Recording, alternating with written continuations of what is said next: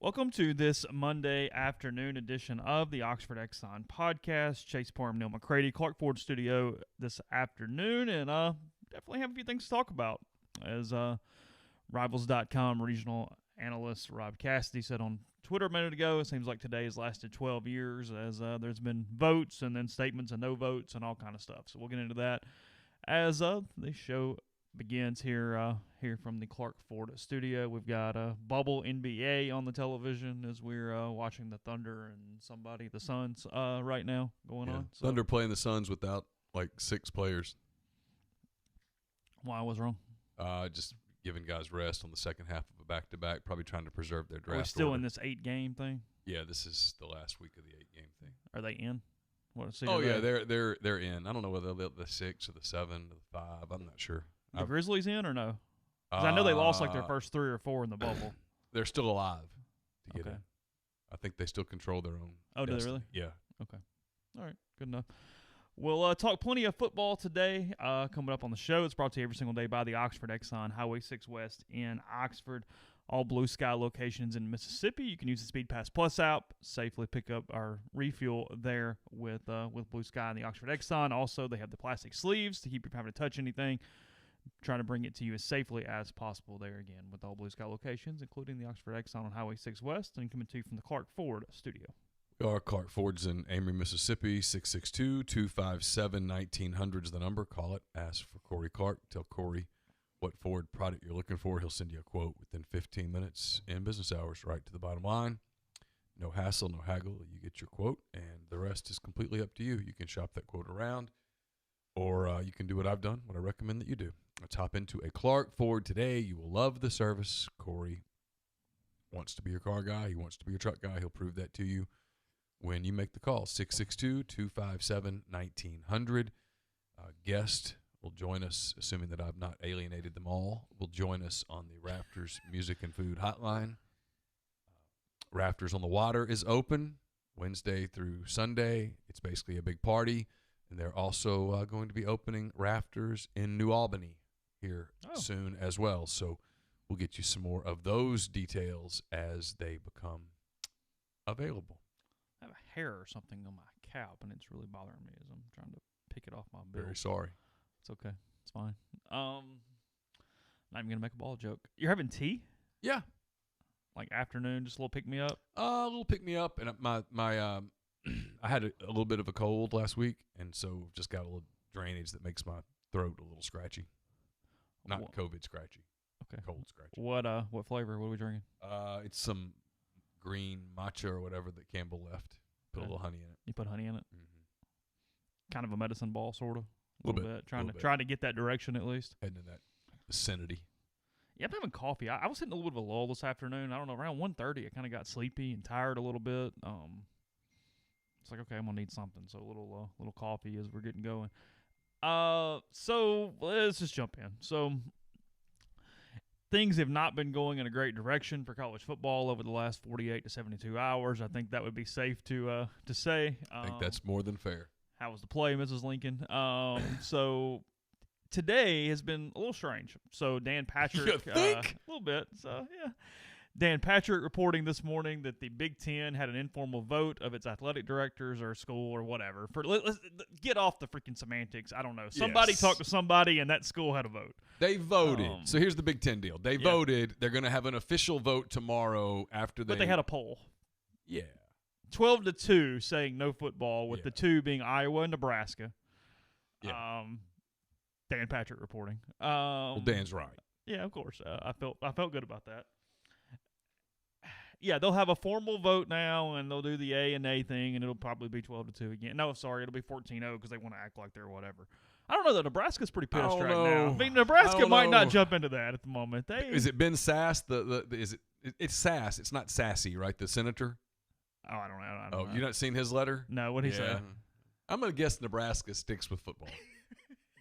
Just going to let you. You don't think they're going to do the unanimous vote thing on tomorrow? If they do, they will be the ones that. No. Okay. I don't. Kind of like South Carolina on the other thing. When it was 13-1, or what was the other day? Carolina was the one vote. Yeah. Went, no, we're no. That's actually that's a negative there. So you've got some alliances going on here. You've got Big Ten trending negatively. You got Pac-12 trending negatively right now. That's over. You've got That's over. What do you mean? Pac-12's over. Yeah, okay. You got Big 12 on the fence, I believe would be a good way to put it right now. And then you have the SEC and the ACC both saying that as of today, they are playing football. So Leif says it's sassy. Okay. Okay. Long E, sassy. Okay. Yeah. So they said they're playing football. Well, here's what I guess I get it, but it's stupid to me. Why did the Big Ten, if it's where they felt like they needed to go, and they said, oh, well, whatever reason, we don't feel football is safe, we don't think we can do it, we want to stop. Why can't you just make your own decision and stick with it? Why do you feel like you got to have help and support and make sure everybody else does my decision too? That comes off so weak. It is weak. It's ridiculous. Well, it is weak. We want to make the decision, but we need all you guys to make it too. Don't stick out there and make us look differently. Well, they have a fear that – because, look, they're listening. This thing is starting – we're going to jump around today. Yeah, forgive me. This thing is starting to go the way that I have wondered if it would go. I never had the balls, I'll be honest, to write it. That this thing had a chance to go straight red state, blue state. And it does. Has a real chance to do that.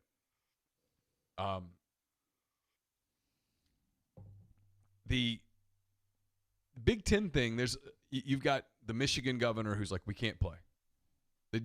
There are rumors in journalism land, by the way, that the Detroit Free Press, that their source was Gretchen Whitmer. Oh, okay. I mean, the Detroit good source. In fairness to the Detroit Free Press, they wrote that really strong this morning in a way that when they read it, I went, oh, God. I mean, I know enough about journalism, you do too, to go, they've got good sourcing. Sure, yeah. There was no, if, and kind of, sort of. No, it was just straightforward, it's over. Rumor in journalism circles was she was the source. When the governor of a state is the source, it's a pretty good source typically. Yeah. Mississippi knows that. Wasn't he a source? The former governor on the something? Former governor. Yeah. Anyway. There's a lot of stuff there. There's a lot That's for another day. Yeah. We could have plenty of days. It might be a political podcast when this thing's over. Who knows? You never know. What was I saying? Hell, I don't know. It just, look. You said something about red state, blue state. Yeah, so you've got the Pac-12 isn't going to do it. Their medical people are advising them you just can't. Liability. Ross Dellinger just now on Twitter. Again, we're jumping all over the place. John Talty said in an ESPN story, Najee Harris says he'd sign a waiver to not sue if he contracted COVID-19. If there's actual momentum, obviously you could lessen liability risk in eyes of presidents. And Dellinger comes in behind that and goes, liability is such a big thing with CEOs. An administrator today, quote, okay, we're going to play while other conferences back out. If a child dies on that field or gets seriously sick, it's all over. Your career is over. This is – yes. We can debate the percentages of politics versus liability. They are both very strong in this. Yes. Liability for a president or a chancellor is a premium 1A thing, and that's something they can't get through. That's why I told you on the phone this morning. It's where I remember where I was going, by the way. Go ahead. Where I was – either way. Well, it's kind of going back and forth. Okay. I remember where I was going. I'm getting old. The Big Ten doesn't want everybody else to play, and they don't play, and then it goes okay, and all of their careers are over. We sat out a year in the Big Ten, lost $80 to $100 million a school, and it turns out we could have done this. You're done. Everybody's done. Everybody who made – that's why the guy at Nebraska is going to be like, hey, if I can't do it, I'm going out with my hand raised. I'm not going to pay for this. Yeah. But on the flip side, when the Pac-12 drops and the Big Ten drops and the MAC drops, and the MAC drops because the guy at Northern Illinois says this is killing kids, their hearts long-term, blah, blah, blah. Sure. That's where this comes from. And then you go, nope, it's football, and we have to play it because we got to have the money. And then a kid dies. One kid. You're done. Everybody's done. Yeah, I was talking to somebody this morning. We were discussing, that, hey, the SEC, if it went alone or if it goes alone or goes with the ACC or however you do it, if it's not everybody in one boat all pushing the same direction, whether it's in or out, look, the upside is tremendous. It's huge. TV contracts, different things. I mean, it's enormous, but there is a downside, too, that goes beyond potentially just PR from a negative standpoint. There are potentially some liability issues. There are potentially some different things. I mean, there's a ton there in so many different capacities, and it's a hell of a decision. I mean, it's where the SEC, not really in hindsight because it just happened recently, pausing this thing until the 26th was a great move because you have a little time. You can take a breath. You don't have to jump into this thing with the Big Ten. You don't have to do much of anything. You go, hey, just keep doing what you're doing. We got time here. We're 2 weeks, whatever, behind everybody else, 3 weeks. We'll figure it out. And look, testing's important. Knowing who is contagious, who you potentially could give it to, all that stuff, very, very important. But we still don't know what the baseline is where this many cases creates this, because in a lot of ways so far, any percentage whatsoever of positive cases is at least a discussion on shutting things down, changing things, altering things. And I told you, right, wrong, or indifferent, they moved sort of what the baseline was going to be for testing. You know, if several weeks ago or a month ago or whenever, when we talked about potentially having a season, they said, hey, we're not going to do a ton of uniform tests. We're just going to test once, get them on campus, and then we'll only test if it's symptomatic or if there's some reason we believe there's an outbreak. Right. Now, when you're talking about 3 tests a week, I mean, Will Muschamp last week saying whatever the days were, I don't remember, for Sunday, Wednesday, Friday. Yeah, if you're doing that, look, you're going to get positive tests. So the accelerated testing, and again, right or wrong, that's not the point. Right. The point is that with accelerated testing to that level, you're going to get positives, and every single week you're going to have a, quote, outbreak of some semblance that is going to put this whole thing in jeopardy. So once that decision was made, and if what we're talking about is the baseline where if you can't get past this, you can't have a season, then it's all for naught. Well, I was talking to a Big Ten assistant coach. This is in 10 Thoughts. I don't know if you read it. I do. Yeah. And he was saying, he wouldn't say, hey, these are bad protocols. He goes, the new protocols that are out, it's not doable. He goes, if your center gets, basically if their center gets it, right, they have to go trace every person that center collided with in practice. Do you know how many people a center collides with in practice? I know Ole Miss, at least to this point, I don't know if this has to change they get into the season, I don't know, whatever. They're going on the standard of close contact being same vicinity for at least 15 minutes. So in theory, a corner and a wide receiver, without excess reason, would not be a quarantine close contact decision here, at least. Again, I don't know what will happen as this thing moves forward, but I know as of right now, it's 15 minutes in close quarters. Yeah. What he was saying was their people have told them, no, we'd have to quarantine, in this case, all the 3 technique defensive linemen who he practiced against during the course of the day, both guards, probably the tackles, potentially the quarterback. Well, it's back to Lane's worry that very first time we interviewed him, whatever day that was, on the Zoom call. Yeah. He said, hey, what if a wide receiver and defensive backs gets it and I got 2 rooms that are out? Who plays? How do you do it? And so if you have to quarantine for 14 days, this is where I think people say, what happened over the weekend? No one's talking about this, but I think the St. Louis Cardinals happened over the weekend. You really do? I do. I think that's part of it. I think they looked at it and said, so wait a minute. The Cardinals had an outbreak, pretty significant outbreak. They get quarantined in Milwaukee. From all accounts, they all do the right thing. They test them every day. They're locked up in their rooms. Literally, Jack Flaherty threw a bullpen against a bed against the wall. Really? Yeah. So they get cleared to fly. Yeah. They fly back to St. Louis on Wednesday. They have a practice at Busch on Wednesday, a practice at Busch on Thursday. Okay. They're scheduled to play the Cubs on Friday. So they test on Thursday, and then boom, you have more positives from the same breakout. So this were the people who go, yeah, this thing can sit for 11 days before it shows up. Well, that's not doable. The way that the protocols are, it's not particularly doable. Where the SEC did the right thing, and to their credit, I guess, the Pac-12 did the right thing by pushing it back to September the 26th. The SEC still technically has, I don't know, this week and next week before they've got to do something.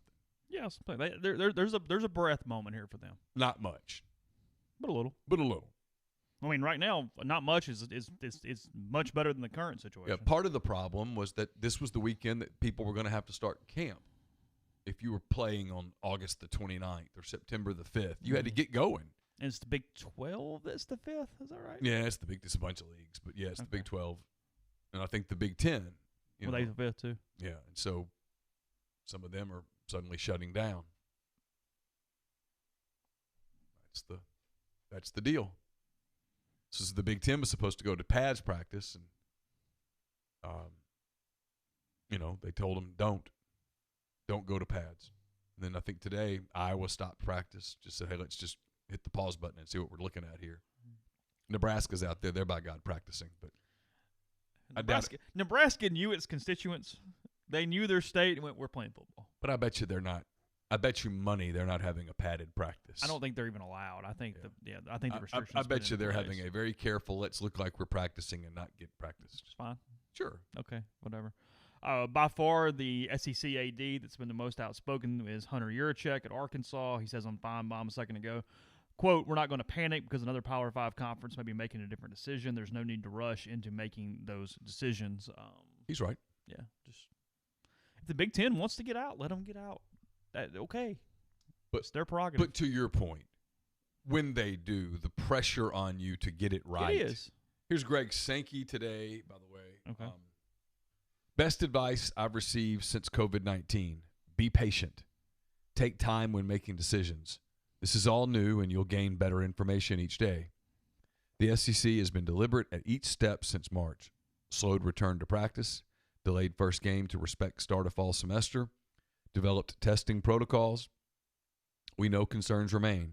We have never had a football season in a COVID-19 environment. Can we play? I don't know. We haven't stopped trying. We support, educate, and care for student athletes every day, and will continue to do so every day. Of course, that launched into a mask thing with Dennis Dodd saying if everyone would just wear a mask in 6 to 8 weeks, we could play, per experts. What does the season start? When does the season start for most teams? In 6 to 8 weeks. Oh, the irony. Oh, the drama. Wish we could vote people off the island. Is Dennis married? I don't know. I really wish we could vote people off the island. I'm not even sure who would get my first vote. Who would get your first vote off the island? Ooh. I mean, come on. Yeah, it's an obvious. Look, I know, and I know the live stream's screaming right now. I'll be honest though, there's a little bit of like Bill Simmons Tyson zone with Woken where he's married. He has husband and dad. Okay. Wow. Well, no matter what Woken says, I kind of just go, okay, hope for everybody, exactly, boys and girls. and whatever. Like, it's just kind of whatever. Like, there's nothing that Dan can do at this point to shock me or to surprise me or to make me think because he doesn't have an original thought. Dodd may get my vote. I'm really serious here. Like, for some reason, he just needles me just right where I'm like, oh, you son of a... Like, I still have a visceral reaction to him, and I don't to Woken anymore. I mean, we spent an hour with him. Whatever. Okay, great. You remember that show Survivor when you'd vote somebody off and it was sort of strategic? I honestly think Dodd would get my vote. Yeah, you might want to kick him out first just because it would make... Because you know Dan's gone sooner or later. I don't have to worry about him hanging around. He's not winning the competition. It's kind of like with 40. He's not winning, and occasionally he does something that doesn't drive me insane. So he can hang around for a few weeks. He got really triggered at Trump today. He was not happy at Trump today. Trump changed the equation a little bit today. People think that it's a joke, but I'm telling you it's not. Trump retweets Trevor Lawrence saying these guys have worked too hard. I don't know the exact tweet. These guys have worked too hard. They need to play. And boom. It's Dodd or Darren Ravel. It's Dodd or Darren Ravel. It might be Ravel. It's one or the other. Like I said, Woken's going eventually. Okay, whatever. If Ravel and Clay Tracy... What did I just say? Clay Travis? Clay Travis. If Ravel and Clay Travis were in a room together by themselves, do you think a fight would ensue? Would they exchange blows? Would Ravel lose it and try to hit him? No. You don't think? No. Clay's been really good about this. He's invited Ravel on his show like every single day. Yeah. And Ravel says that his company won't allow him to do it. But here's the deal with Ravel. In a lot of ways, Dodd and Woken, I think, either believe everything they write or at least there's something a little more personal to it. With Ravel, he's simply trying to get Twitter reaction. Clay Travis is doing absolutely what he wants. He simply wants acknowledgement. Yeah. Because his whole brand is Twitter engagement and whatever the hell he does for the Action Network now. So in a way, he's playing into their hands in a way. Yeah. Woken and them like the interaction because it just lets him feed and feed and feed and feed. But Ravel's probably doing exactly what his company actually wants him to do. The way to temper down Ravel is to ignore him, but nobody can do it. Nobody has that amount of willpower. It's hard to ignore. Oh, it's terrible. I mean, I've done it before. I mean, he was wrong about something with the Ole Miss alcohol sales or something that he just did not. He didn't read the full stupid paragraph. Like read one sentence and, I remember put that. it out. I'm like, no, it's not. What? Okay, whatever. In our live stream, they say they think Travis would hurt him. Look, if they actually got into blows, Clay Travis would win. Yeah, for sure. Ravel is maybe the least unathletic human, or least athletic human on earth. My impression is Clay would not particularly enjoy the fight. He doesn't really want to have a physical fight. I think he's fine with an online fight. I think he would view that as a little bit below him. We kind of need to stop messing with him on. I guess he's getting engagement off of it. I don't know. I don't know. Because like now his site is blogging about the engagement between the two, so there must be some whatever there. Yeah. Sports Writer Trivia has become the new professional wrestling. It has. It's 100% the new professional wrestling. People kind of gripe and complain at one another. They do whatever, and then you move on. I mean, it's just. Yeah, like Mark says, Ravel was hired because of his Twitter following. I completely believe that. I do. So what's the timetable? What do you think? Are you hearing anything? I think this goes. I don't know what I think. A part of me thinks that the SEC takes the whole week. Yeah. And then a part of me thinks that if the Big 12 were to say Tuesday or Wednesday, we can't do this. I think it gets really hard for one or two leagues to go it alone. Let me think about it for 1 minute. We'll take a break, come back. We'll start with that topic. Before we do that, I'll tell you about Tyson Drugs and G&M Pharmacy. They have a new product, Tyson Drugs in Holly Springs and G&M in Oxford, the Immune Support Med Packs. Their pharmacy developed combinations of vitamins and supplements designed to boost your immune system and lung health. It's a 30-day supply of vitamin C, zinc, NAC, probiotic, and vitamin D3, which work together to boost your immune system, lung health, GI regulation, and immune regulation as well. Pharmacists believe it's the best combination of over-the-counter supplements to prepare your body for viruses. You can stop by either location or give them a call at 662-236-2222. We're also brought to you by the Iron Horse Grill, 320 East Pearl Street in Jackson. It's a great place for lunch, dinner, or Sunday brunch. Live music 4 times per week. Also a home to the largest beverage caterer in Mississippi. So get in touch with Sarah Black at 601-398-0151 for your catering needs at the Iron Horse Grill, 320 East Pearl Street in Jackson. It is hot today, man, super hot. Summer is most definitely here. It is August in the South, which means it's a perfect time to check out the new line of Dead Soxy No-Shows with 9 styles to choose from. Find the style that fits your occasion. Use promo code Rebel Grove at checkout. 30% off the best dress socks you've ever put on. Check out several bundle packs currently on sale. You can use your promo code in addition to these already deeply discounted prices at DeadSoxy, DeadSoxy.com. Make your day a Soxy one. Brought to you by Pinnacle Trust. Pinnacle Trust based in Madison, Mississippi. They've got clients in more than 20 states, advisors in several states as well. Founded in 1997, Pinnacle Trust provides detailed specialized investment management, financial planning, retirement planning for individuals and businesses, and so much more. At Pinnacle Trust, investing is treated like a commodity, and decisions are made using objective information and research, not emotions. It's pintrust.com, PINN trust.com. Mention you heard about Pinnacle Trust on the podcast, you get 10% off your first year's fees. And we're brought to you by John Edwards, Regency Travel Incorporated in Memphis. If you're thinking about a trip this fall in the event that some of your weekends free up, if you're thinking about something around the holidays, if you're thinking about your blowout in 2021 to celebrate the end of this God-forsaken year, you can do all of that with John. He's part of Virtuoso. It's a worldwide network of travel partners, allows him to supply his clients with added values, unique benefits simply not available to other travelers. Just get in touch with him, give him some parameters, give him a budget. He'll give you some options. And you don't have to live anywhere near Memphis to take advantage of his services. 901-494-3387 or send him an email, j.edwards@regencytravel.net. First-time clients can save $50 off their first booked trip just by telling John you heard about Regency Travel on the podcast.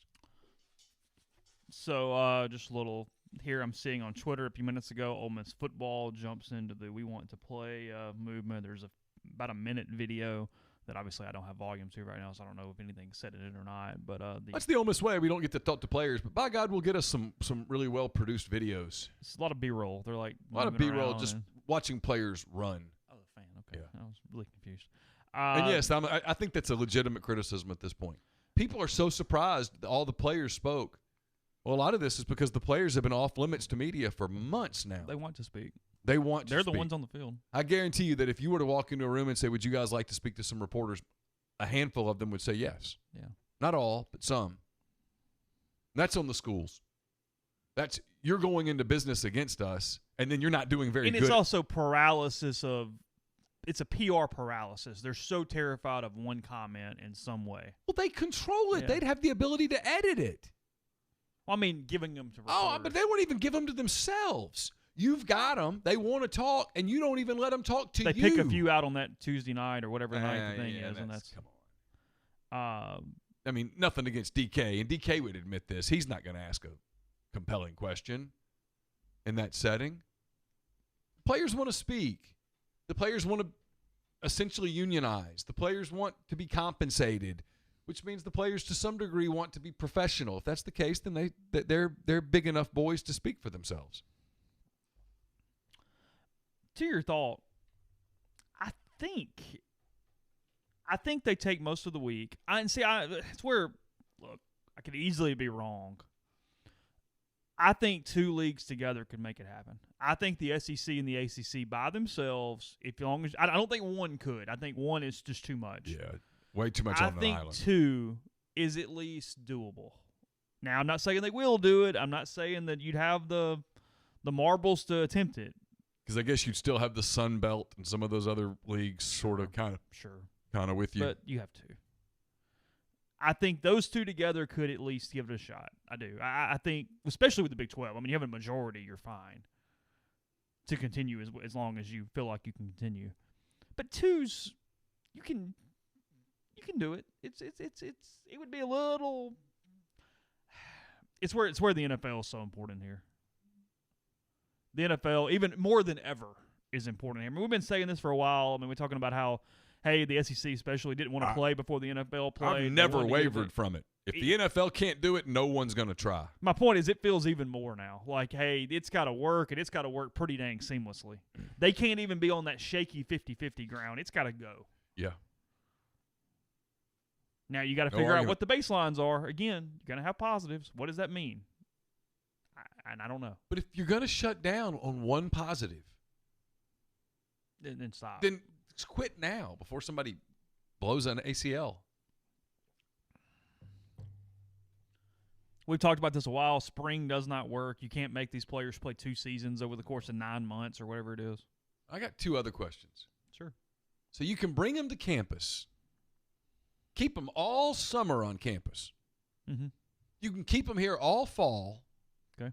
They can train all fall. That's what people are saying now. Oh, no, they'll be able to have access to the training facility.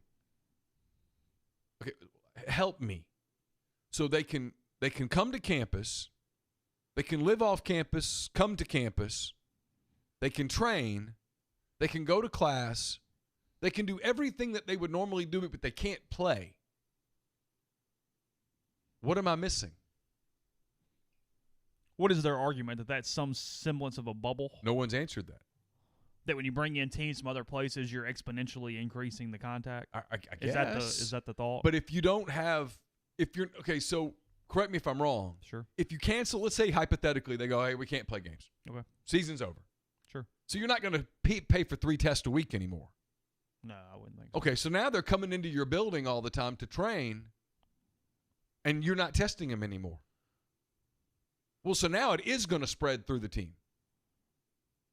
Yeah, you're becoming in theory, a classroom with much more contact because you're sweating and all over one another in some way. So I don't get it. That's what the part that I don't get, and and look, I'm biased badly in front of I want them to play football.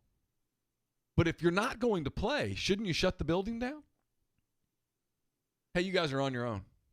Because we don't want to be liable. I mean, if you're worried about liability, well, now they're coming into your building. You're not testing them anymore. You don't know who's got it. They spread it through a room and a kid gets sick. Are you liable then?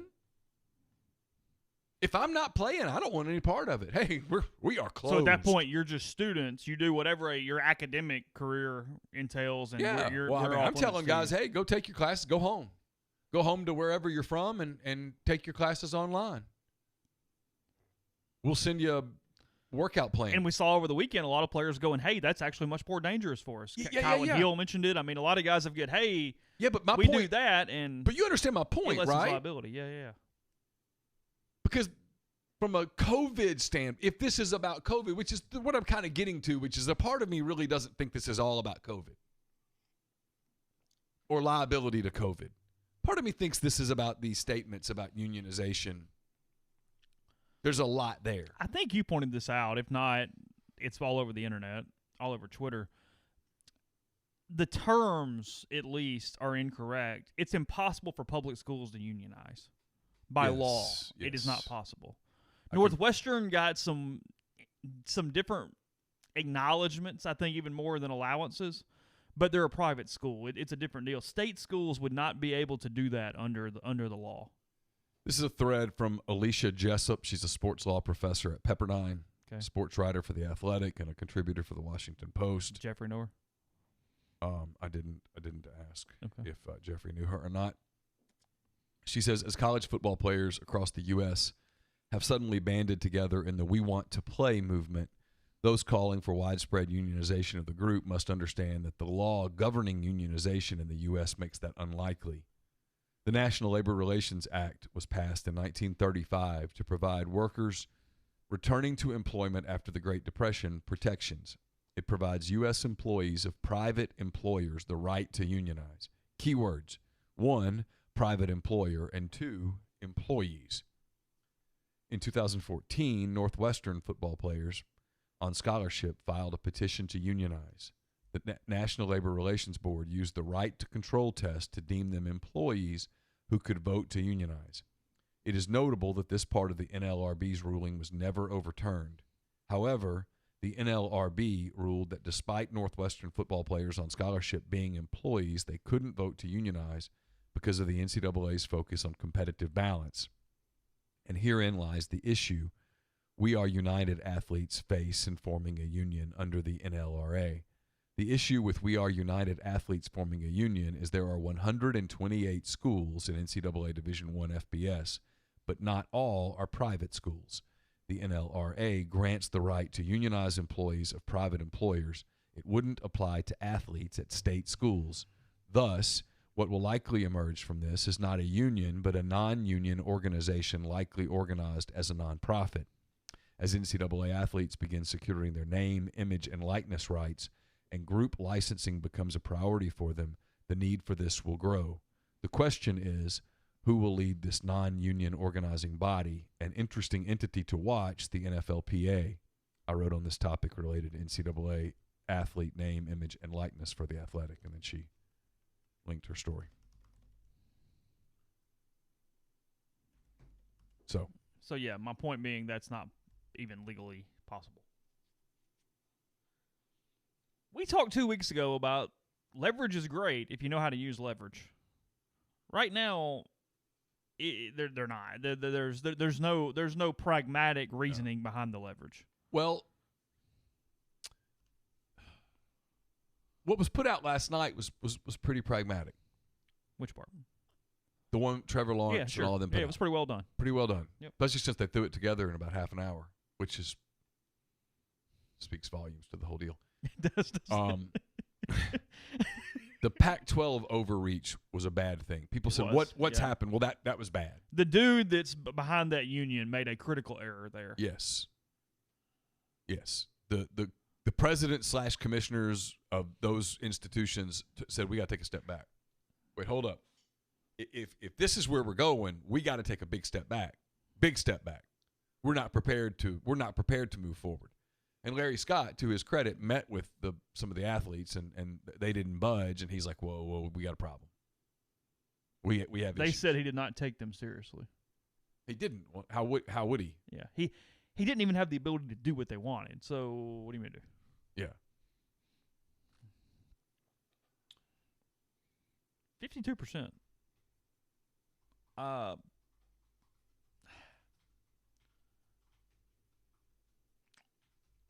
Chancellor Plowman at Tennessee, see where she met with the volunteers today, basically laid out what was going on, then asked them if they wanted to play. Obviously, they said yes. Tennessee tweeted that out a few minutes ago.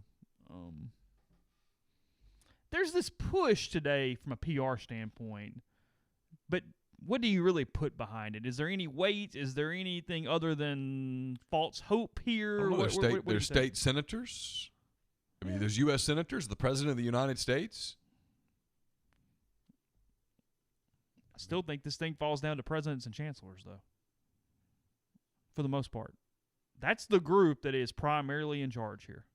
I get they can have pressure on them from a lot of different places. I mean, obviously, real-world politics. If Glenn Boyce voted against football at Ole Miss, if Mark Keenum voted against football at Mississippi State, if the guy at Arkansas, I think it's Steinmetz or something like that, if he voted against football at Arkansas, and that gets out publicly. But you don't think that the president at Wisconsin dealt with that today? Yeah, but Penn State? But in this state. No, I understand. Yeah. I'm saying there is football crazy up there, even taking out Michigan because it's kind of whatever off to itself right now. That's what I'm curious of. All those other states, is Pennsylvania's governor, is he Republican or Democrat? I have no idea. No clue. I need to dig this up. You want to know? I'm curious whether there's got to be more than 2 Republican governors in that thing. Because it was Iowa and Nebraska, 2 typically Republican states. Yeah. That went against it. Oh, duh. Tom Wolf's the Pennsylvania governor. I knew that. I'm an idiot. Democrat. Okay. Yeah, I knew that. Sorry. Ohio's is a Republican. God, can you imagine being the president at Ohio State saying no football, boys and girls? That's what I'm saying. That's kind of my point. Like you got to worry about your. There's a lot of pressure here, and it didn't happen. That's kind of what I mean. I'm not shocked by some of these schools, but I'm really shocked by some of these schools. Well, the medical people are, from what I'm told, being very aggressive in some of these conversations. With you can't do it. It just is. In emphasizing liability. Well, yeah, you can't. Indiana governor's Republican. It's Purdue and Indiana, obviously. They're basically saying you can't do it. That it's heart damage, it's brain damage, there's permanent damage. The Eduardo Rodriguez thing was a much bigger deal than it was being reported. When you had an athlete like that get myocarditis, that there's a little nuance here, but ended his season. Yeah. Just from a headline standpoint, that was a really big deal. The question is, does it end his career? And there's a lot of unknown there that nobody knows. Yeah. Because we just haven't had the virus long enough. They acted like if it was a full 160-game season, he would be okay and they would bring him back at some point. They just don't have time to get him healthy and back up to speed in a 60-game schedule. One of the other questions that I think, one of the things that could be holding this up, and this is going to be a little dose of cold water, there's a part of me that wonders if they're holding it up long enough to get the answers so that when they talk to the kids, they can answer their questions. What does this do for my eligibility? What does this mean for me? Because I don't think, as of this moment, they have those answers. Like there was a group of players, I can't remember if it was SEC or what it was, that came out today. One of the things they want is for this season not to count against their eligibility. Mm-hmm. And that won't work. Because roster shuffles. If you do that, you're punishing a bunch of 16-year-old, 17-year-old kids right now. You can't expand the rosters. We're going to carry 105. The schools go, it's baseball on steroids from a money standpoint and a roster standpoint. The schools go, we're broke. We can't add 20 more scholarships and all the cost that goes with that. Of course. Question live stream. Do you think ADs have gotten phone calls from donors who said if there was no football, then don't expect dollars in 2021? Same for school presidents and donors. I'm sure there's instances of that. Yeah, Absolutely. I also know of one school where a major donor called and said, I don't care what you do. I'm tired of kowtowing to 19 to 21-year-old kids. Oh, really? That's happened too. Not at Ole Miss, by the way. I don't know. Can't please everybody. No, we've learned that.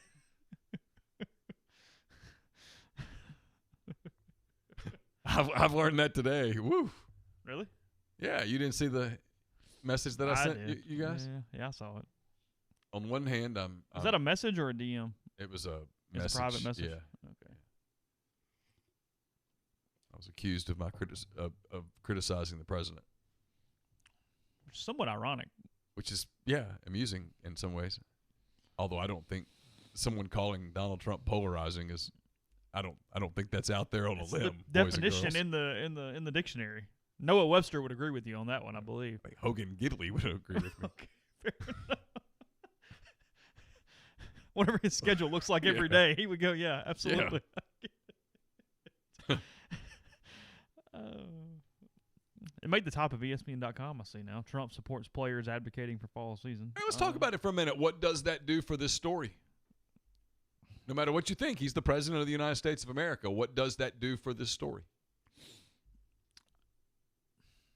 It does things in both directions, honestly, and I'll answer it in 1 second. First, pay a couple bills. Tell you about Community Mortgage, Oxford, Memphis, Soto County, and Chattanooga. Underwriting and processing is done in Memphis. You're getting local underwriting, understands your market, a leader in condo financing, the float down option, and more at 662-234-2704 or JLOWE at communitymtg.com. We're also brought to you by Grenada Nissan. Grenada Nissan, located just off Interstate 55 in Grenada, Mississippi. They've got a complete selection of new and previously owned Nissan vehicles. Great lease deals as well. It's GrenadaNissanUSA.com. Excuse me. The podcast is also brought to you by Oxford University Bank. OUB, locally owned and operated right here in Oxford. When you deposit money at OUB, that money and the vast majority of the bank's profits go right back into the Oxford community. OUB is home to Kasasa. It's the absolute best cash checking account.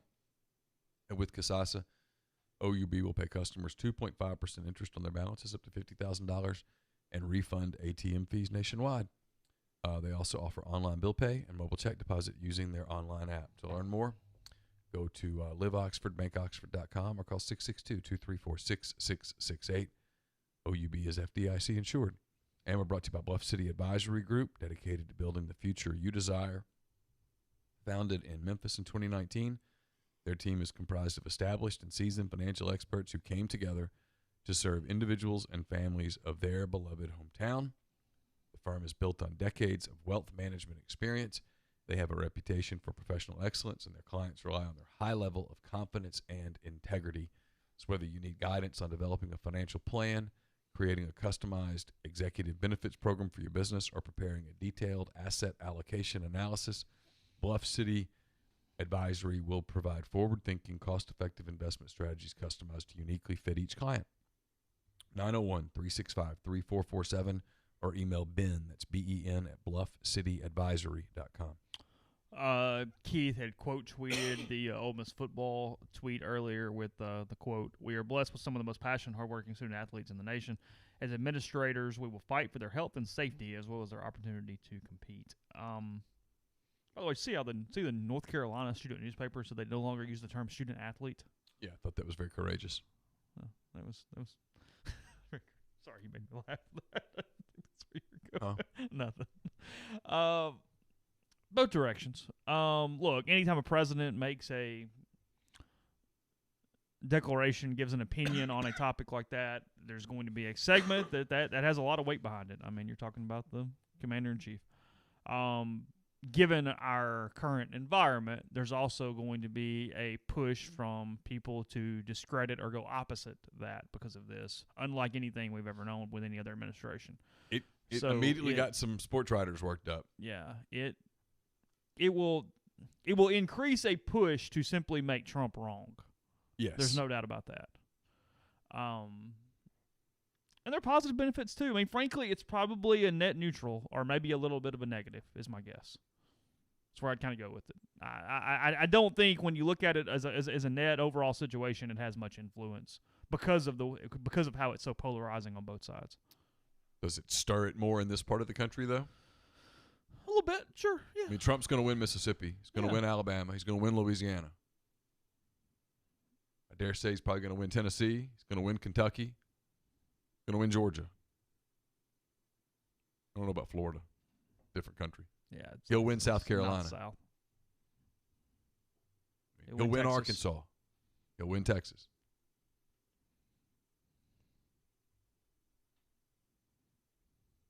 Oh, I would like to see some reporter group text after things like that. Yes. I would like to see the group text. Yes. I really hate they're not public employees. That'd be fun. Oh, they winning? No, they're not No, winning, they're but Hamidou Diallo and Devin Booker are about to get at it. They're getting popped. Yeah, they're not playing most of their dudes. Booker got a little upset at this play right here. I don't really blame him. That could have gone bad.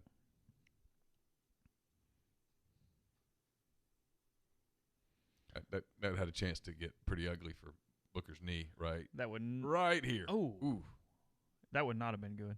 No. Sorry, we're watching basketball. Yeah, while sorry. Talking. That's okay.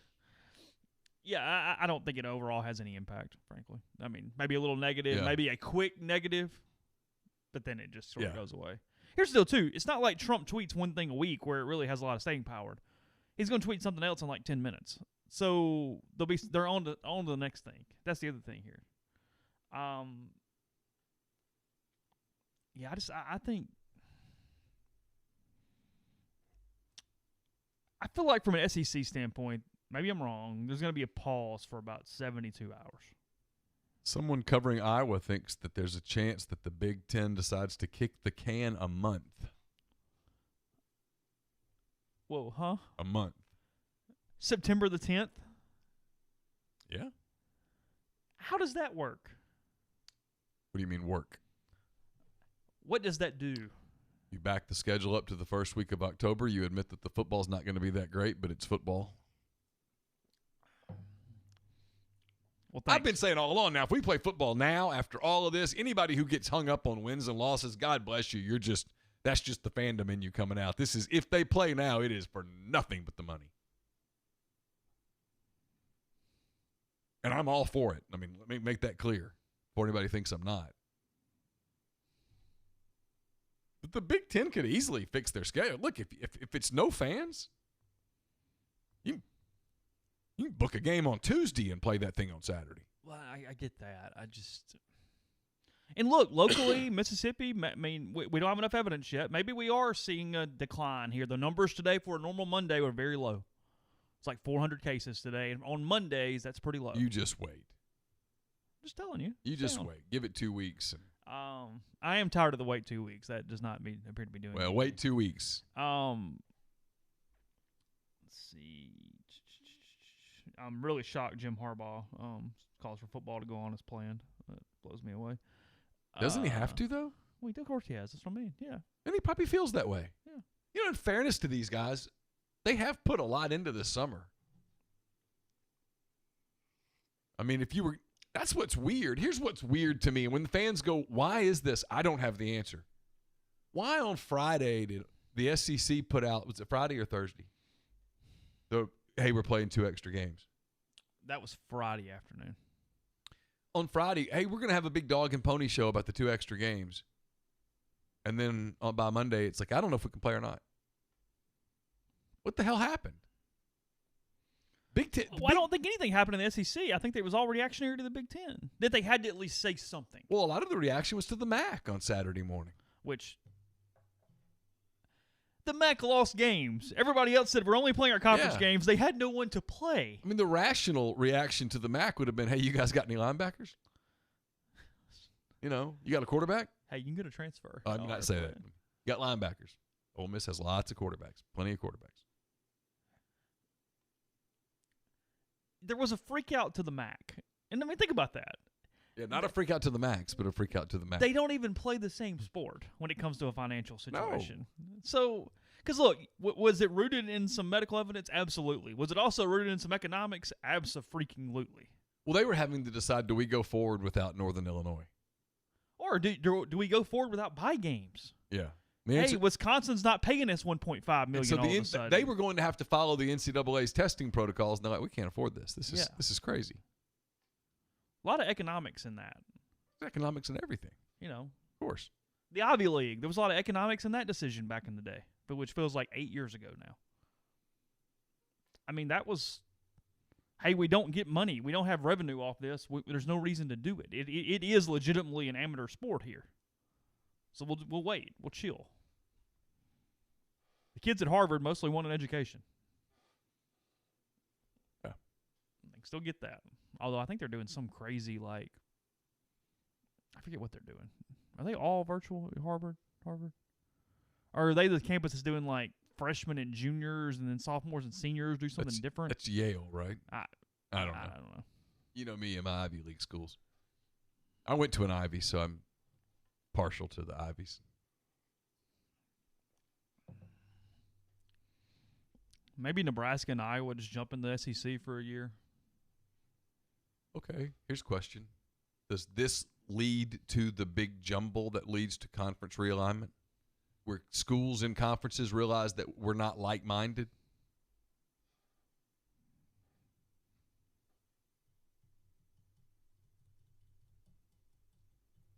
Because Texas has been pretty strong in their comments consistently. Give them credit.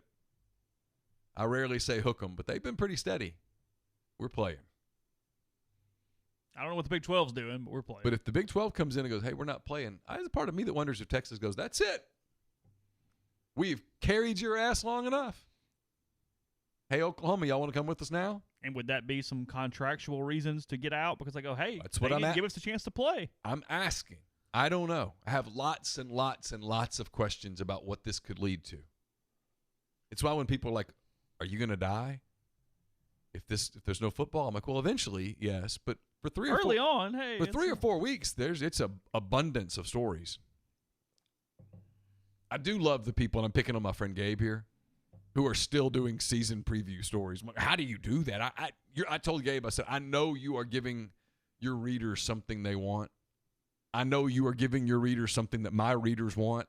I don't have it in me to write a season preview right now about another team. I don't even have a date. I mean, I wouldn't. Today we preview LSU. I'd be like, they won a bunch of games last year. They lost a bunch of people, and if they play, it'll be interesting. Thanks. See you. I couldn't. I don't have the stomach for it. Yeah, talk about pissing somebody off. A&M at the level of pissed off if the SEC even courted Texas. Yeah. Ooh.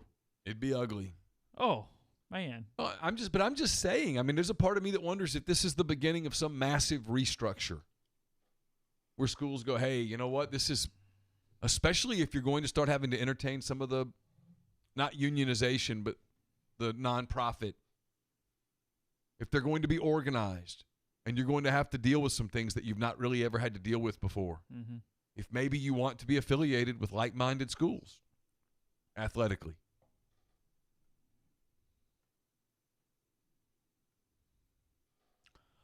I was talking to somebody earlier today who's got a pretty good finger on some different conferences, programs. They thought this ends up being down the road, big picture, more of an NCAA black eye, because while there's not a czar or uniform, whatever, in college football, the lack of really any kind of leadership there would be maybe one of the largest nails in that coffin from a football standpoint that would push it out of the NCAA from Division I. Completely. They thought that was the thing that would end up being the case. It's been a disaster. Look at this today. The Big Ten's over here and the Pac-12's over here, and the Big 12's like, well, we're kind of on the fence, and the SEC's like, we're trying to recruit people to come join us. Everybody's going rogue. And as fun as it is to talk about it. Well, the Big Ten was recruiting too, just to cancel. Yeah. And as fun as it is to talk about, it's not exactly efficient.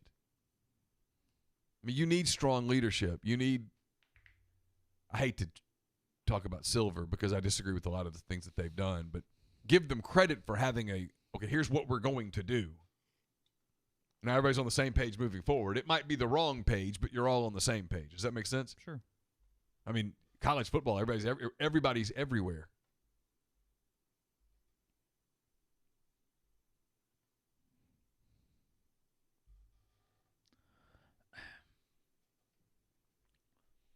And yes, we've said this a bunch of times, but I've seen this asked a couple times in the thread. If there's no football, there's no reason to even discuss basketball or anything else. It just is what it is. Not right now. Yeah.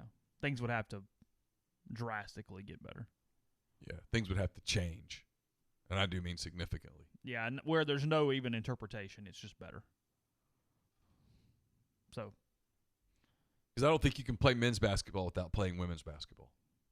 And if you got to play women's basketball, which is like taking a stack of money and just lighting it on fire, By the way, women's basketball coaches should really shut up these days. What are they doing? Just talking. You don't need to talk. You're so protected by Title IX right now, it's scary. Otherwise, man, it shuts your programs down so fast in an era when everybody's losing cash. As of now, are the Olympic sports in the fall kicking off September? I don't think so.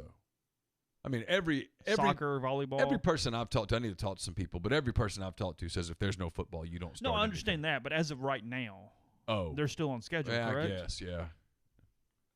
I got to think that you're being careful right now. I'm pulling up the schedule. I mean, let's not. I mean, you don't want to spend a nickel until you know you're playing football.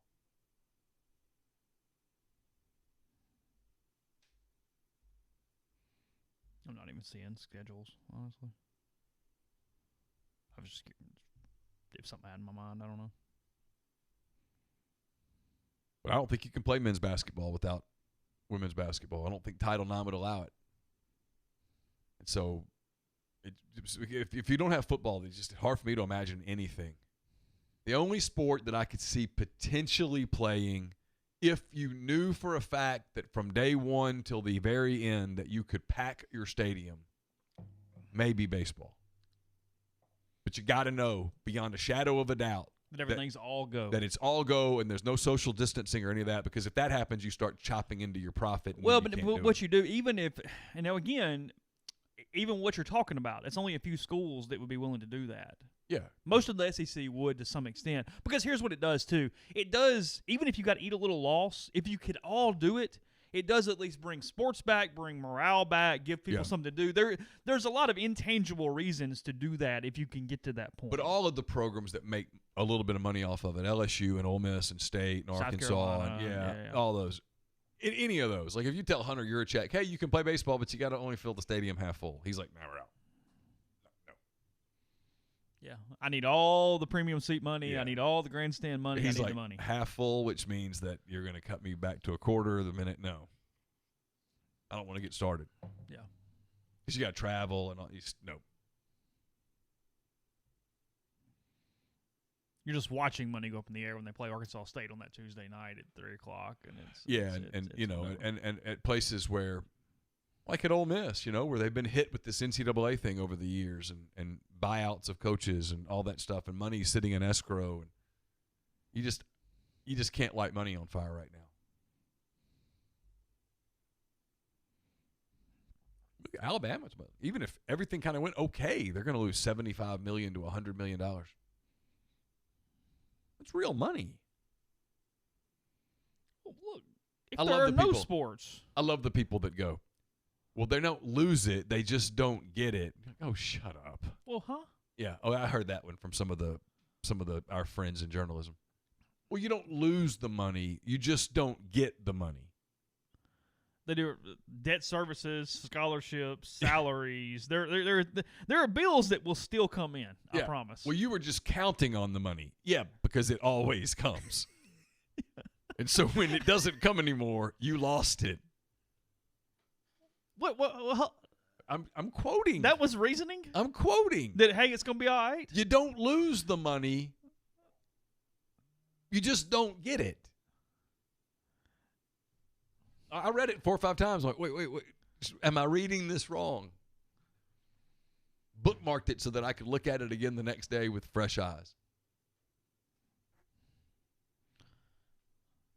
In the live stream, hey Ryan, how's it going with the wedding now inside a week? Just curious. Seemed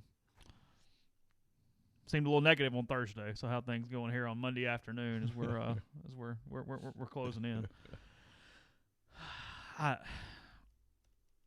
This is going to make our head hurt so many times before it's over. I got to be honest. I'm much more optimistic right now today than I thought I was going to be yesterday when I hit publish on 10 Weekend Thoughts. What made you more optimistic today? Just the fact that they haven't killed it. I actually kind of thought. You really thought they were killing it that quickly? I thought today the Big Ten would come out forcefully. Wouldn't even listen to the pushback. Pac-12 would jump right in with them, and then I thought the Big 12 would be not far behind. Okay. I know the Big 12 is not getting the medical advice that we would want them to get to go forward. Okay. I think it was a Big 12 official, and I can't remember, maybe in Ross, Dellinger, I can't remember, but Not good. It's not going in the right direction. Podcast also brought to you by Special Orthopedic Group. If you're injured but not sure where to go, no matter where you are, SOG has you covered with 3 convenient locations in Tupelo, Oxford, and New Albany. No referral is needed to schedule an appointment with one of SOG's fellowship-trained, subspecialized surgeons with 24-hour scheduling. SOG makes it easy to accommodate you. Call 767-4200 or request an appointment on their website, www.sogms.com. Special Orthopedic Group. Choose a specialist. Choose SOG. We're also brought to you by Whitney McNutt, Tommy Morgan Incorporated Realtors, serving you for all your real estate needs in Oxford and Tupelo. Whitney sells condos, land, commercial, and residential family homes. 662-567-2573. 662-842-3844. We're also brought to you by Bain, Moss, and Bowen, PLLC, located in downtown Corinth, Mississippi. Their firm practices a wider range of law from DUI defense to car wrecks to representing government entities. Bain, Moss, and Bowen is the only firm in Mississippi made up of a sitting state legislator, a former assistant district attorney, and a former circuit court judge. Their experience is unmatched in that regard, and you can tap into it by visiting them at 618 East Waldron Street in Corinth or by calling them at 662-287-1620. Yeah, we mentioned it a little while ago with Nebraska being one of the schools to vote to play. Scott Frost opening quote today in his video: "Our university is committed to playing no matter what it looks like and how that looks. We want to play no matter who it is or where it is," said Frost today. Yeah. As you can Amen. As you can imagine, I just was curious. I headed over to HuskerOnline.com, and that is getting great remarks on the Rivals.com message board at our sister site there. Scott Frost, Ben Sass ready to run for governor. Although I think the governor at this point probably coming out with "Go Huskers, let's play football." A lot of threads that I can't even repeat with some of the language used, but yeah, they're all in on Scott Frost right now. Let's just let's say that. By the way, real quick, I want to tell you the folks over at Blue Delta Jeans are excited to announce that the field for the 2nd annual Delta Cup golf tournament at Mossy Oak Golf Club on Friday, October 16th has officially been filled, and due to popular demand, Blue Delta Jeans has added a second field for Sunday, October the 18th. The second field offers the same great perks as Friday: all the cart and green fees, food and drink on the course, long distance and closest to the pin competitions, and a brand new pair of Blue Delta Jeans for every golfer. If you're interested in participating, email Tyler, Tyler, at BlueDeltaJeans.com for more information and get your team signed up. Ohio State coaches and players are lobbying to just play in the SEC this season. Really? Yeah, several. There was talk about, hey, there's room or whatever, go play somewhere else. So several Ohio State coaches said, sure, we'll just go play there. Go ahead. Why not? If it's silly season, let's let it be silly season. If Notre Dame can play in the ACC, Ohio State can play down here. Let Alabama open against Michigan. Dan or Pat weighed in on Nebraska? Oh, I don't know. I don't think I follow Woken. Do you? No. Are you blocked? I don't think I'm blocked.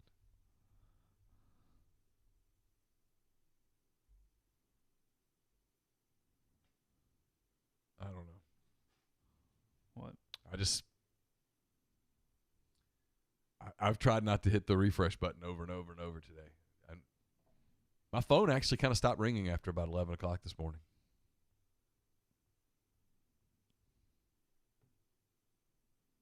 Any idea what was... He's lecturing people mostly, I see. Wilkin? Yeah. Any idea what the result of the SEC president's call was today? Did they just talk? Haven't heard anything yet. I think they just talked today. Right? There was no vote or anything. Adam Rittenberg has a tweet that says, Frost says college athletes will get COVID-19 whether or not they're competing in their sport.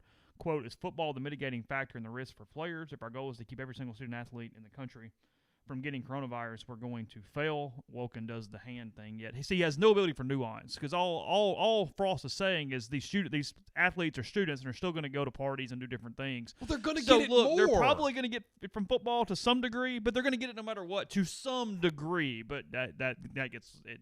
We can't have. But they're going to get it. Look, number one. Oh God. Stay calm. if they don't play football, that means they're not going to practice football. It means on the weekends, instead of going through meetings and stuff on Friday night, they're going to be out. On Saturday, instead of playing a football game all day, they're going to be out. On Sunday, instead of going to film and meetings and tape and all the stuff that you do on Sunday as a football player, they're going to be out. Even if you have workouts, even if Wilson Love puts them through the most grueling workout program in the history of man, he's only going to be able to keep them there a couple hours a day. Right? Their classes are online for the most part because 90% of the classes at Ole Miss are online. Yep. So they're going to have far more opportunity to get exposed to the virus than they would if they were playing football. And they won't get tested. It's a complete no-brainer as to if you're trying to protect them from the virus itself, playing football stands to reason that they're probably safer in that regard. It is worth noting Michigan and Ohio State's official Twitter accounts for football, or maybe the school, I don't know, have come out in protest of the decision of their presidents. Yes. By the way. So You have to admire that. we got a lot of a little bit of dysfunction going on around here. Because there was a report earlier today that some of the schools in the Big Ten were looking to just join the Big 12 since they have room for teams from a scheduling standpoint. They go, hey, we'll just go down there and play a little while. Yeah. I mean, it's where the Big Ten Nebraska's like, we were there before. They'll go anywhere. I don't care. That's what I'm telling you. This thing, I've long told you that there's going to be one more big conference shakeup, and this feels like the impetus. You think to there it. ends up being 3 or 4 16-team leagues? Absolutely. 64 teams. Absolutely. 4 16-team leagues. Absolutely. And nobody's jumping in the Pac-12 right now. Because if you look out at them and you're like, hey, you guys, man. They're making the Big Ten look functional right now. Yeah. I mean. You guys. They're the psycho, in the bar. You're like, hey. Well, that's been so poor for. Yeah. I mean, what's that dude, Larry Scott? I mean, Yeah. how he's held on. As I told you, the SEC can't stand Sankey. I mean, That's what I'm saying. All of a sudden, people look at the SEC and the ACC today, and they're like, oh, they're nuts, but. The ACC has really grown up, though. You know what I mean? Like, in Yeah. all seriousness, Yeah. that league's not very old. In the early 90s, it was kind of just like, Florida State and nothing and whatever, and they get some expansion. You get Virginia Tech, you get Miami, you do different things. They've kind of they're feeling themselves a little bit now. They've come into their own. Well, Scott Satterwhite today at Louisville, we're playing. Well, and The the ACC, it's kind of like a war a little bit. The ACC looks over and goes, "Hey, the SEC's our neighbor. They have a lot of nuclear weapons. Let's hop in with them right now. We'll do whatever they're doing. Yeah. Sounds good. Awesome. Yeah. You are playing. Hey, we're playing too. Yeah. How about that? Yeah. Some bitch, we were thinking the same thing. Yeah.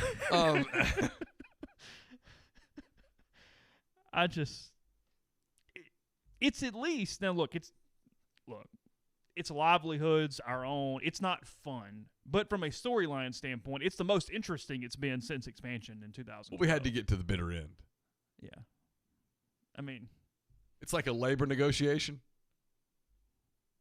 where they go back and forth, and you get to the deadline. You're like, okay, well, something's got to give. We're at a place where something's got to give. If you're not going to play, you need to go ahead and announce you're not going to play. You can't keep practicing kids and then not play. It's the staff meetings, like, every school does these all-staff meetings like once a month or whatever it is. They have to be fascinating right now because, as mentioned in the live stream, the players want to play, the coaches want to play, the ADs are looking at the money going, hey, we need to play, and then the president's going, I don't. Like, you know what I mean? Like, There's so much dysfunction inside each campus at the moment. Yeah. Let me make this perfectly clear. Both of us want them to play. That would be great. It'd be fantastic. I was really depressed yesterday. Really? I really was. I had to, I saw news early yesterday and just got away from it. I went and played golf yesterday afternoon and said, you know what, I'm just going to ignore all this for like 5 hours. I just have no ability right now to process it. We're just going to stop, and I'll come back to it. And tomorrow's Monday. I'll get up and whatever. That was my day. Well, I'll tell you how bad my Saturday was as it started breaking and my phone started ringing. Yeah. I read a Stephen King book to get into a good mood. Whoa, huh? I was in What'd such you a read? Because Stephen King is not your author. No, the girl who loved Tom Gordon. Okay. Was it good? It's pretty good so far. How much Stephen King have you read? Good bit. You read the Kennedy book. Yeah, I've read a good bit have of you Stephen really? King. Yeah. His suspense stuff? Yeah. No kidding. No kidding. See, I don't make you out for like a Pet Cemetery Yeah. Shining kind of guy at all. I've read Stephen King and a lot of Dean Koontz. Why? I don't know. I'm weird. That's not your thing. Not my thing, but I've read a lot of it. Because it's not putting you in a good mood when it's over. No, a scared mood. So why? I don't know, man. This shocks me more than anything. But I was here by myself on Saturday and started reading Stephen King to get in a better mood. Well, that's... Because I thought Saturday afternoon it's bad. Because I sent you a text that was like, hey, dude, Yeah. we probably need to start planning. And we'll do something. I don't know what the answer to that is yet. I'm not sure, but... Ben, I do want to touch one thing. I talked to, and this isn't directed at Ben at all. He talks about he doesn't understand these sports journalists who want there to be no season. What would happen to their jobs? Are there a couple that want there to be no season? Absolutely. The majority of the ones who I think you think they don't want there to be a season, they do want there to be a season. They are either so idealistic or they're trying to impress their colleagues to the point that they're coming across that way. A lot of it is they're just extremely idealistic and they run in a very small group of each other and they're impressing each other on There's Twitter. some groupthink. Lots of it. Yeah, and I do think there are a couple that know their jobs are safe for a while without it that go, I want to be right. Yeah, no doubt. They're not rooting for the virus to kill people. They're rooting to be right on this instance to stop sports for the moment. Yeah. Well, and you see, like with 40, he wants to take the shot at Trump.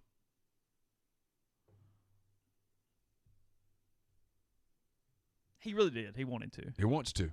He didn't quite do it, but he was there. Yeah. Like I said, I bet his group texts were lit. Yeah. I bet there was some stuff in those Can you group imagine? texts. Woo. I bet they had one for their podcast with him and Wetzel. And, yeah. Can you imagine? Oh, boy, I bet that thing is deep. And then the other thing, the people that say it's the media that are doing this, no.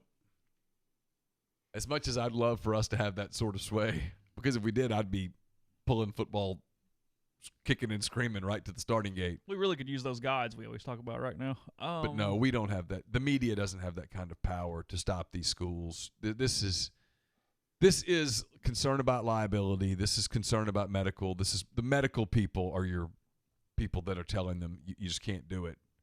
And then I think they've looked at Major League Baseball and the struggles that MLB has had and thought, if they're struggling with it, how much are we going to struggle with it? And you don't want to get started, play a game, sit 2 weeks, can't do that. Play a game, sit 2 more weeks. It's got to be continuous. It's got to go. Like the Cardinals haven't had a game in 2 weeks now. They haven't had a practice. They've had 2 practices. They're worried about – I mean, if you're the Cardinals right now, do you let Jack Flaherty throw another competitive pitch this year? Probably not. Sense. So that's the thing, too. You are responsible for these young people and their health. And if you have to stop working for 2 weeks and then come back and then some kid blows his knee out or whatever, that is on you. And these people that work in intercollegiate athletics, 99-point-something% of them genuinely care about the kids. Last topic here. Will Burns asked for it. Fine with it.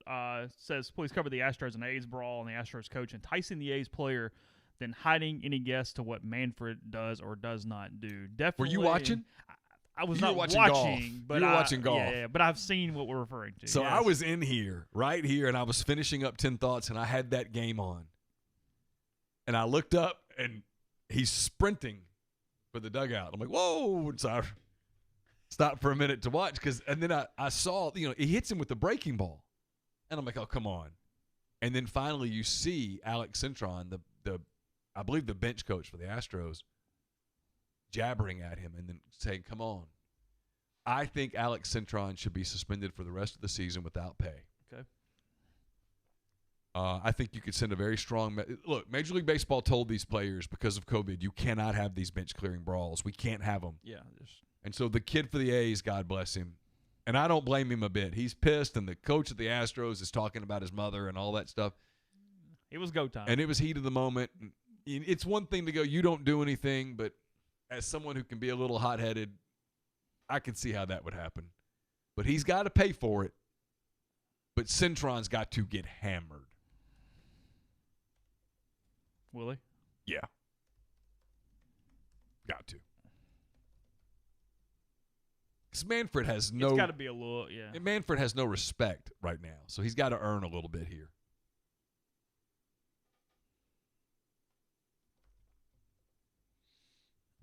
Be curious to see what comes out there.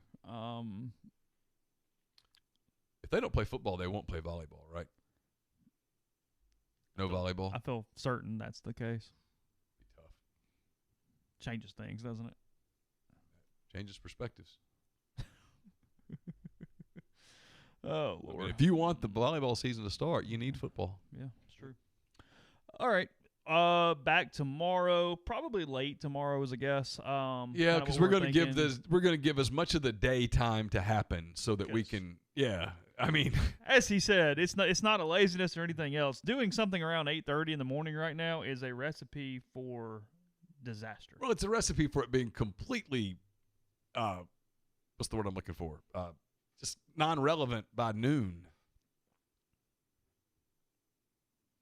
I mean, we probably will 7 o'clock tomorrow, something like that. I don't know. We might go a little earlier than that, but we're going to let the day happen so that we can give ourselves a better chance of having a podcast that has 12 hours of shelf life.